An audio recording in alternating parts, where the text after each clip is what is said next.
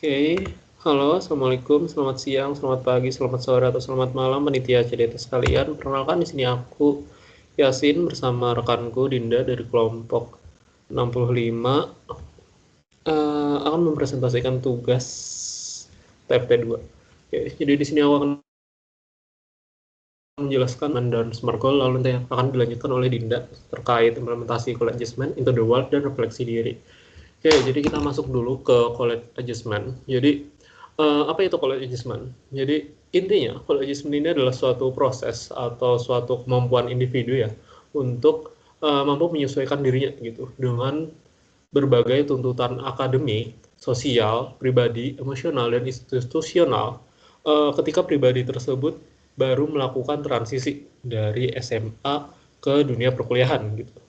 Nah, college adjustment ini menjadi penting karena ketika seseorang mengalami transisi dari masa SMA ke perkuliahan, orang tersebut tidak hanya beradaptasi tentang akademiknya saja, tetapi seperti yang sudah dijelaskan tadi ya, dia melakukan penyesuaian diri, yaitu pada 5 konsep, yaitu pada 5 aspek langsung gitu. Pertama ada akademis, sosial, pribadi, emosional, dan institusi.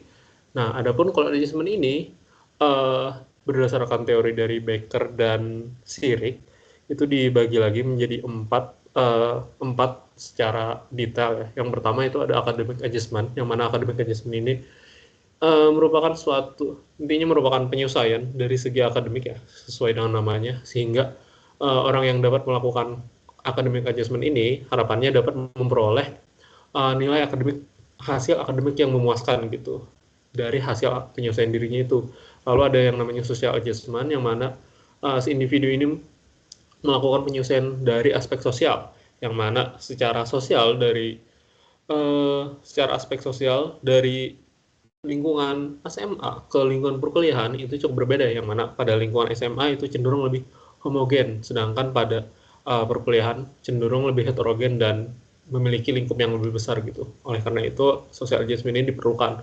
Lalu ada juga personal, emotional adjustment, yang mana merupakan penyesuaian ya tentang diri orang itu sendiri atau individu itu sendiri, sehingga orang tersebut dapat menyesuaikan tindakan serta reaksi yang dia berikan ketika menghadapi suatu tantangan gitu.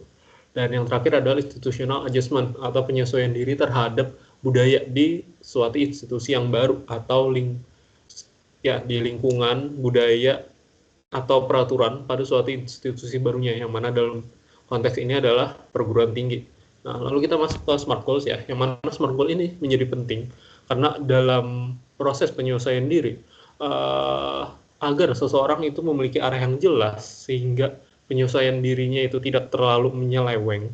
Orang tersebut perlu memiliki tujuan yang jelas gitu. Nah, yang mana tujuan yang jelas ini dapat didefinisikan sebagai tujuan yang smart atau smart goals, yang mana smart itu terdiri dari specific, measurable, achievable, relevant, dan time bound.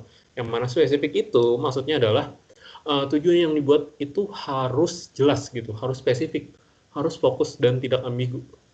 Yang mana ketika kita paparkan tujuannya itu dapat dipaparkan dalam bahasa yang lugas gitu. Harus ada what-nya apa dan why-nya kenapa gitu. Tujuan dari goals tersebut. Lalu dia measurable, yang mana ada kuantifikasinya, dapat diukur gitu, seberapa tercapai. Misalkan seperti jumlah lomba, atau misalkan seperti skill, misalkan dari ingin meningkatkan skill dari English B1 ke B2. Nah, itu ada acuannya gitu, ada ukurannya. Jadi harus bisa diukur. Lalu ada achievable, yang mana ini secara logika aja ya, yang mana tujuan itu harus realistis, tidak boleh terlalu sulit, tetapi juga tidak terlalu mudah gitu. Ya, kalau terlalu sulit maka tidak dapat dicapai, kalau terlalu mudah maka rasanya tujuan itu kurang bermakna intinya. Nah, adapun relevan, yang mana tiap tujuan yang dibuat itu harus saling mendukung satu sama lain gitu, sehingga dia tuh uh, ketika satu tujuan selesai, maka tujuan tersebut akan mendukung tujuan berikutnya, sehingga orang tersebut dapat mengaktualisasi diri, dapat membantu proses aktualisasi dirinya. Dan terakhir yaitu time bound, yang mana tujuan yang dibuat itu harus memiliki kerangka waktu yang jelas atau deadline, karena jika tidak ada deadline-nya maka itu hanya akan menjadi angan-angan belaka. Itu akan dilanjutkan oleh Dinda, silahkan. Oke, terima kasih Yasin. Jadi sekarang akan aku lanjutkan untuk implementasi college adjustment, yaitu games into the wild dan refleksi diri. Jadi sekarang kita akan bahas implementasi dari college adjustment dulu, yang masuk ke games into the wild. Jadi intinya konsep dari games ini ada terdiri dari dua misi. Yang pertama, eh misinya itu jadi nanti trainee itu akan dibagi beberapa kelompok dan tiap kelompoknya itu punya modal sebanyak 90 batang emas yang mana para trainee itu harus mengumpulkan 3 anak panah. Nah, cara untuk mendapatkan anak panahnya itu sudah ditentukan oleh trainernya atau oleh kami, yaitu antara menjawab pertanyaan dari kami atau ya membayar gitu sih untuk dapat anak panahnya gitu. Nah, kalau misalnya menjawab dari kami, ketika jawabannya benar, maka akan mendapatkan anak panah tanpa pengurangan batang emas. Tapi kelompok lawannya pun akan tetap mendapatkan anak panah namun dikurangi 10 batang emas. Nah, ketika dua-duanya tidak menjawab, maka selain dikurangi 10, akan dikurangi 10 lagi sebagai konsekuensi karena tidak ada yang benar menjawabnya. Jadi ketika dua kelompok salah, maka akan diberi pengurangan emas sebanyak 20.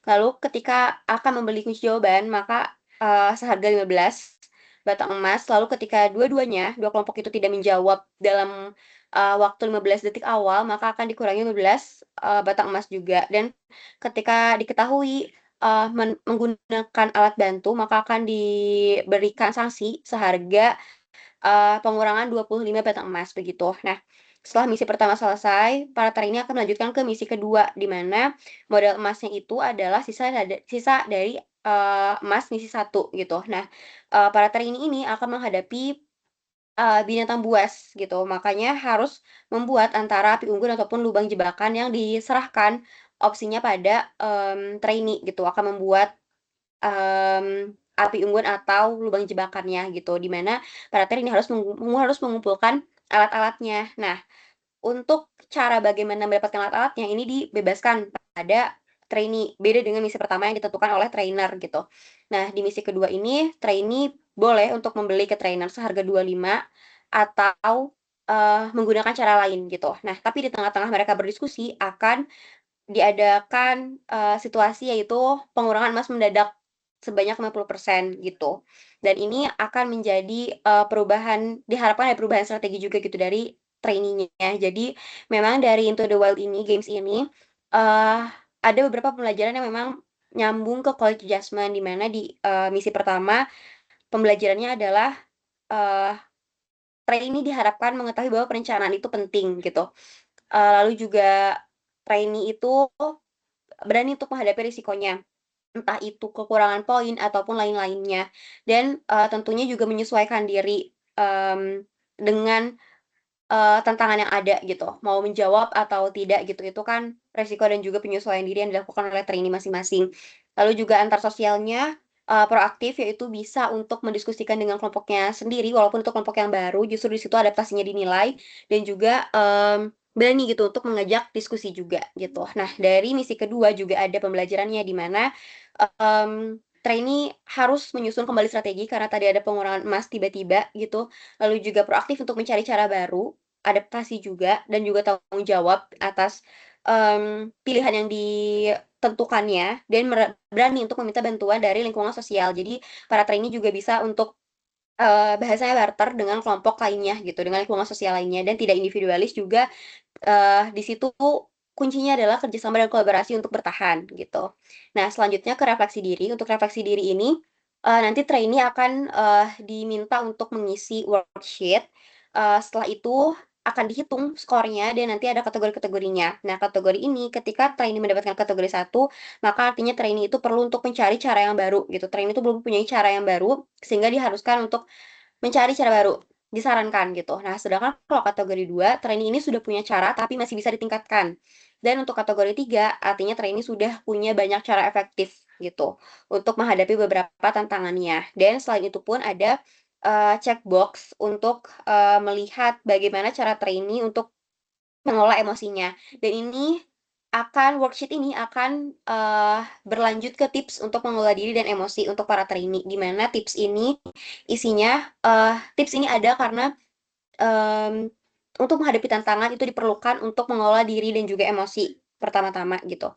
Nah, tipsnya adalah pertama-tama identifikasi sumber masalahnya dan penyelesaiannya itu akan seperti apa, lalu fokus pada hal yang bisa dikontrol supaya, tidak terlalu, stres memikirkannya gitu. Dan juga dilanjutkan dengan ngolah emosi, di mana identifikasi sebenarnya emosinya itu seperti apa, lalu validasi, kalau kesal ya udah kesal aja, lalu juga kasih jeda untuk diri.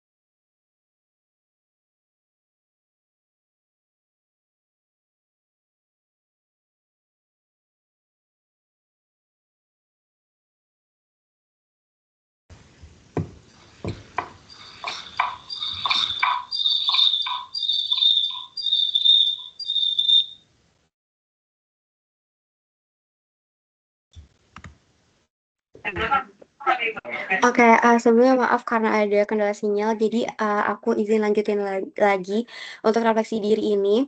Tadi ya sudah sampai di mempertimbangkan emosi yang akan dikeluarkan gitu ya dan juga mengekspresikannya harus, dipertimbangkan kita mengeluarkan suatu emosi itu dampaknya akan seperti apa, konsekuensinya akan seperti apa, lalu mengambil jarak terhadap masalah, mengambil jarak terhadap masalah supaya memang, tidak memberi ekspresi yang terlalu reaktif gitu terhadap masalah tersebut dan tidak menjadi panik juga. Juga lepaskan hal di luar kendali, jadi tadi fokus aja pada hal yang bisa dikontrol dan bisa memaknai setiap situasi itu secara positif gitu, bisa diambil saja hikmahnya, sebenarnya itu, makna dari situasi ini seperti apa gitu. Dan, bisa dikeluarkan juga ekspresi emosinya itu dengan hal yang positif seperti journaling, ataupun bisa, refleksi diri gitu untuk, mengeluarkan emosinya, seperti itu. Terima kasih. Sekian, penjelasan untuk tugas FT2 dari saya dan Yasin. Atas perhatiannya terima kasih banyak.